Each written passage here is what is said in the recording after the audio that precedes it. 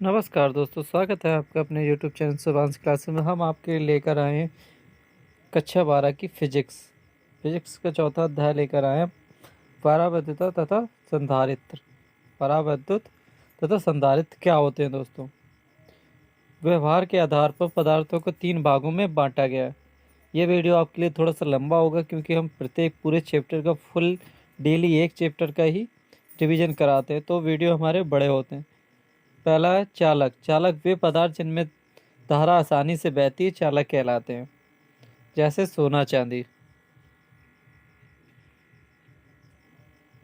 अचालक या कुचालक। अचालक या कुचालक वे पदार्थ जिनमें धारा प्रवाहित नहीं होती है कुचालक कहलाते हैं, जैसे लकड़ी, कांच इत्यादि। अर्धचालक क्या होते हैं दोस्तों? वे पदार्थ जिनमें सुचालक की तुलना में बहुत कम परंतु कुचालक की तुलना में अधिक धार बहती है, अर्धचालक कहलाते हैं। इनमें मुक्त इलेक्ट्रॉनों की संख्या बहुत ही कम होती है, जैसे सिलिकॉन, जर्मेनियम इत्यादि। ध्रुवी तथा अध्रुवी परावैद्युत ये क्या होते हैं दोस्तों? मोस्ट इंपॉर्टेंट है। ध्रुवी तथा अध्रुवी परावैद्युत वे अचालक पदार्थ जिनमें मुक्त इलेक्ट्रॉन नहीं होते परावैद्युत कहलाते हैं। वे अचालक पदार्थ जिनमें मुक्त इलेक्ट्रॉन नहीं होते हैं परावैद्युत कहलाते हैं। यह निम्नलिखित 2 प्रकार के होते हैं। ध्रुवी परावैद्युत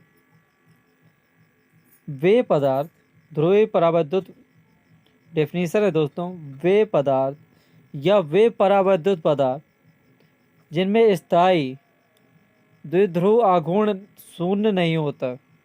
क्या नहीं होता दोस्तों? द्विध्रुव आघूर्ण शून्य नहीं होता, ध्रुवी परावैद्युत कहलाते हैं। एग्जाम्पल में HCl, HBr, NH3 इत्यादि। यदि आपके लिए वीडियो अच्छा लग रहा हो तो वीडियो को लाइक कीजिए। अभी तक चैनल को सब्सक्राइब नहीं किया तो चैनल को सब्सक्राइब कर दीजिए दोस्तों।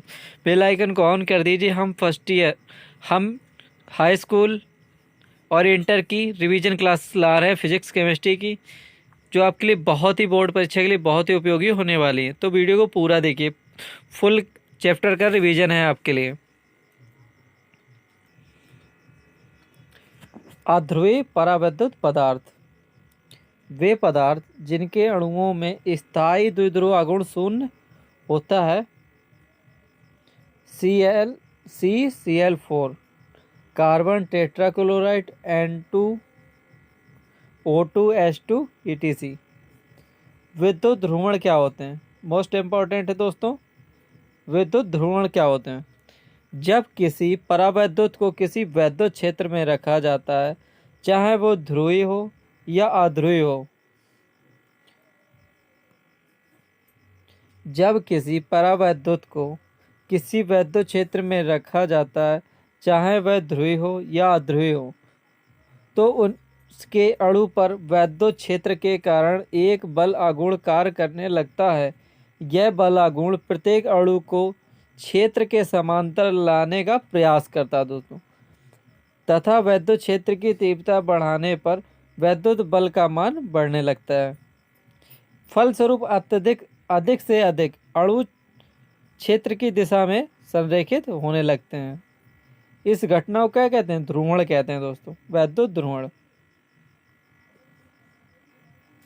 यदि किसी अणु पर कार्य करने वाला औसतन विद्युत क्षेत्र E हो, तो प्रत्येक अणु पर उत्पन्न विद्युत द्विध्रुवण PO तीव्रता E के समानुपाती होती है।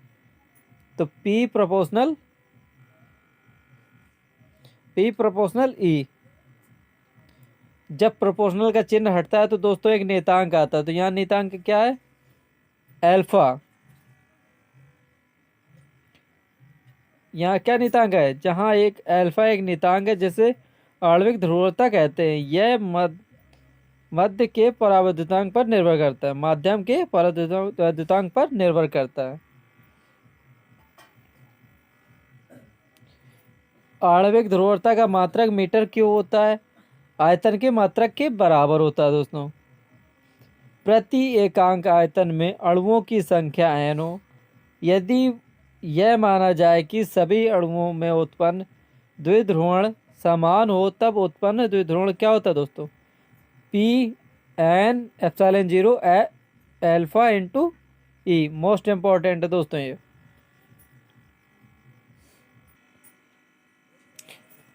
परावैद्युतांक के परावैद्युतांक इंपॉर्टेंट है दोस्तों।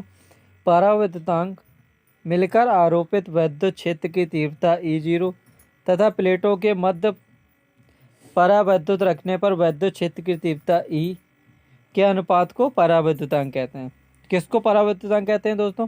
परावैद्युतांक मिलकर आरोपित वैद्युत क्षेत्र की तीव्रता तथा प्लेटों के मध्य परावैद्युत रखने पर वैद्युत क्षेत्र की तीव्रता का अनुपात परावैद्युतांक कहलाता है।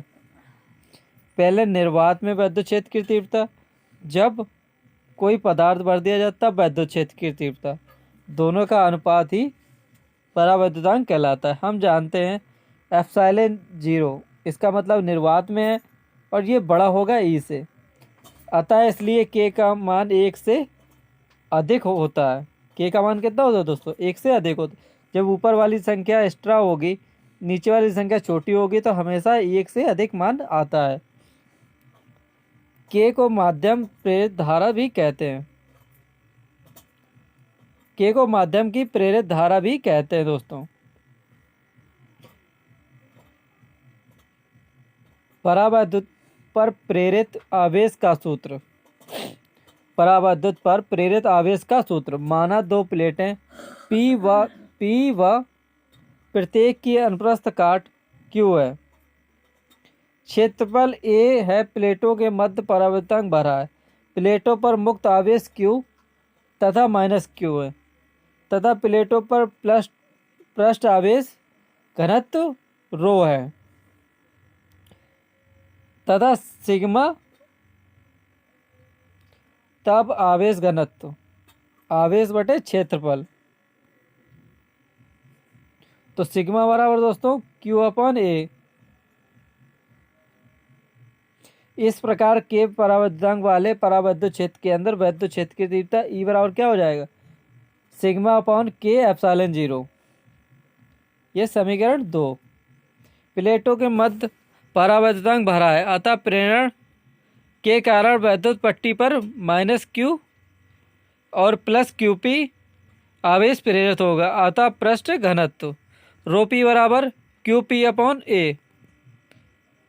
अतः प्लेट का प्रभावी आवेश घनत्व बराबर होगा। वैद्युत धारिता इंपॉर्टेंट है दोस्तों आपके लिए पेपर की दृष्टि से। वैद्युत धारिता क्या होती है? जब किसी चालक को आवेश दिया जाता है तो उसके विभव में वृद्धि होती है। जब किसी चालक को आवेश दिया जाता है तो उसके विभव में वृद्धि हो रहती है। जैसे जैसे आवेश का मान बढ़ता है वैसे वैसे विभव का मान बढ़ता जाता है। यदि Q कूलम्ब आवेश देने पर चालक में हुई विभव वृद्धि V वोल्ट है, तब Q प्रोपोर्शनल V। तो Q बराबर क्या हो जाएगा? C into V। Most important है दोस्तों, ये फार्मूले की दृष्टि से मोस्ट इम्पॉर्टेंट है, न्यूमेरिकल में काम आएगा। जहाँ C एक स्थिरांक है जिसे वैद्युत धारिता कहते हैं। इस प्रकार वैद्युत धारिता C बराबर क्या हो जाएगा? Q/V। Q आवेश है और V वोल्ट है। किसी भी चालक को दिए गए आवेश तथा उसके विभव में होने वाली वृद्धि का अनुपात ही चालक की वैद्युत धारिता कहलाती। इसका मात्रक कूलम्ब प्रति वोल्ट होता है या फैरेड होता है दोस्तों। Q का मात्रक कूलम्ब, V का मात्रक वोल्ट। तो क्या हो गया दोस्तों? कूलम्ब प्रति वोल्ट। यानी फैरेड ने इसका आविष्कार किया था, तो उनके नाम पे इसका मात्रक फैरेड पड़ गया। चालक की धारिता को प्रभावित करने वाले कारक। चालक की धारिता को प्रभावित करने वाले निम्नलिखित कारक हैं। चालक की क्षेत्रफल, आवेशित चालक के समीप अन्य चालक की उपस्थिति, चालक के चारों ओर के माध्यम पर परावैद्युतांक,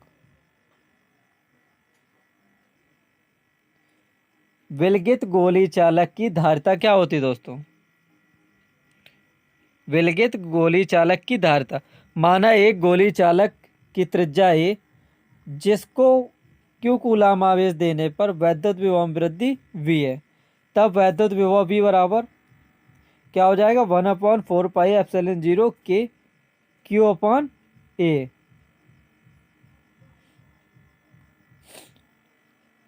इस प्रकार चालक की वैद्युत धारिता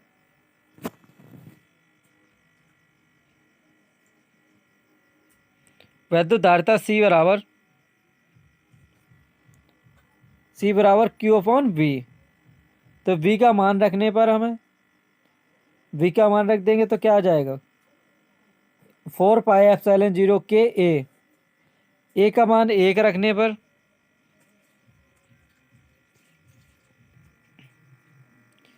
एक का मान ए रख दे, के का मान 1 रखने पर क्या आ जाएगा? 4πε0 A।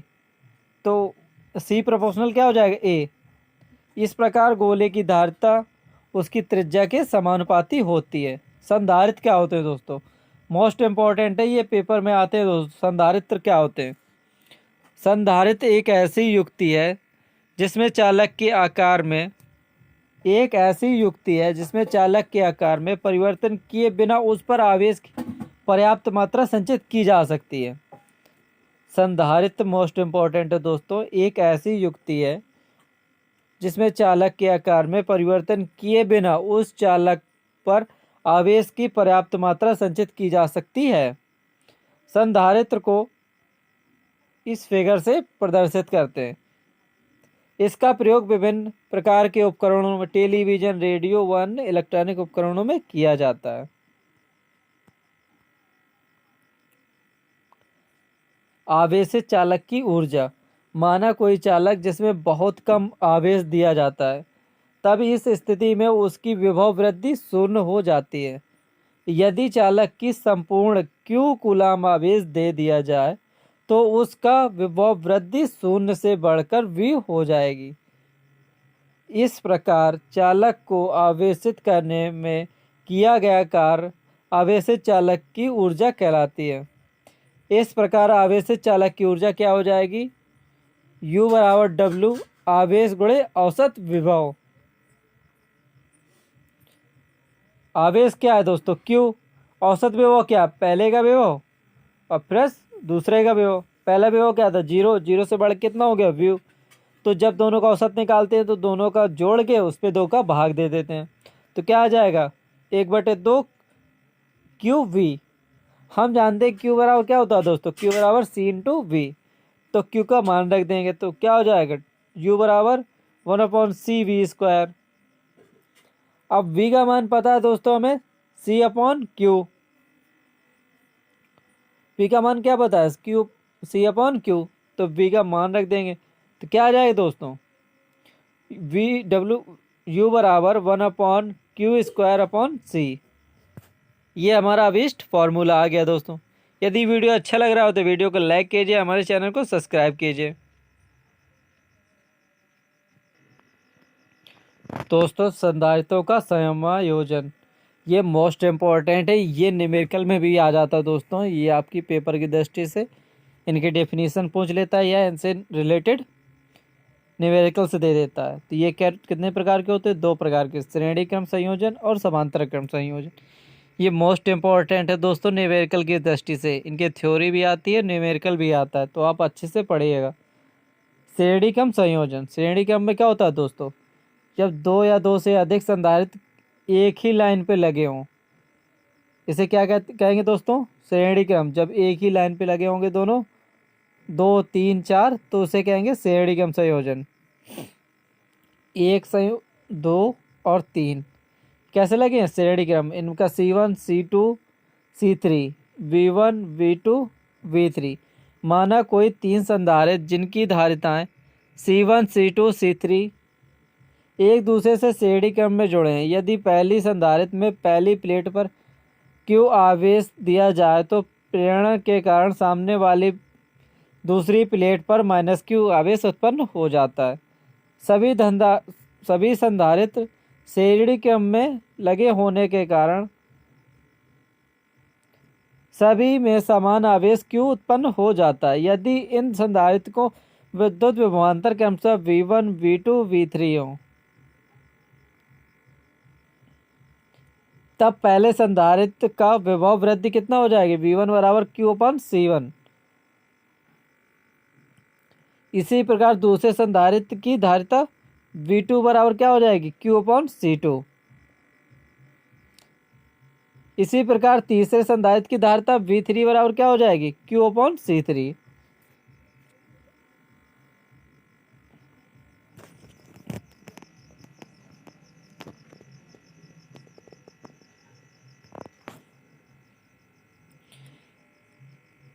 तब इस श्रेणी में संयोजन का कुल विभवांतर V बराबर क्या हो जाएगा, V1 + V2 + V3।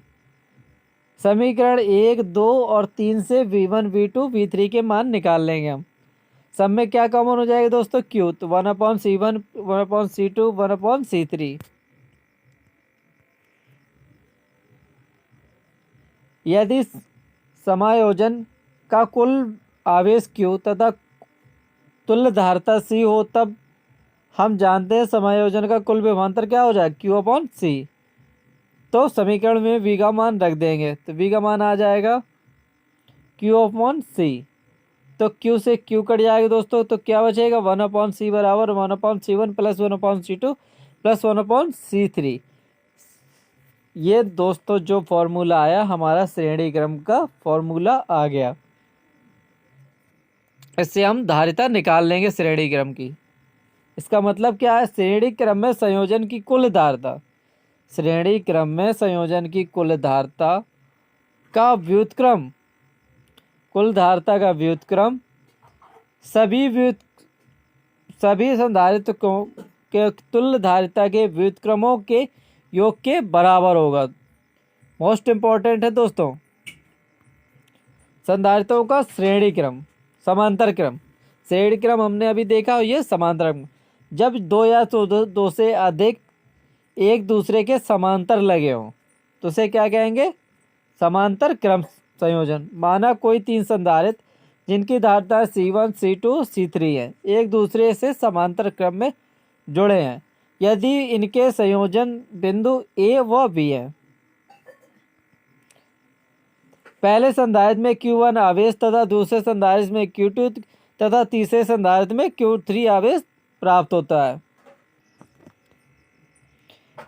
तो सभी के समांतर क्रम में जुड़े होने के कारण सभी समान विभवांतर V हों तब पहले संधारित्र का आवेश Q1 बराबर C × V, दूसरे का Q2 × C2 × V, तीसरे का है C3 × V। तब समायोजन की कुल आवेश क्या हो जाएगा, Q1 + Q2 + Q3। Q1 Q2 Q3 के मान हमें रख देने हैं। इनमें क्या कॉमन हो जाएगा दोस्तों, V कॉमन हो जाएगा, C1 + C2 + C3।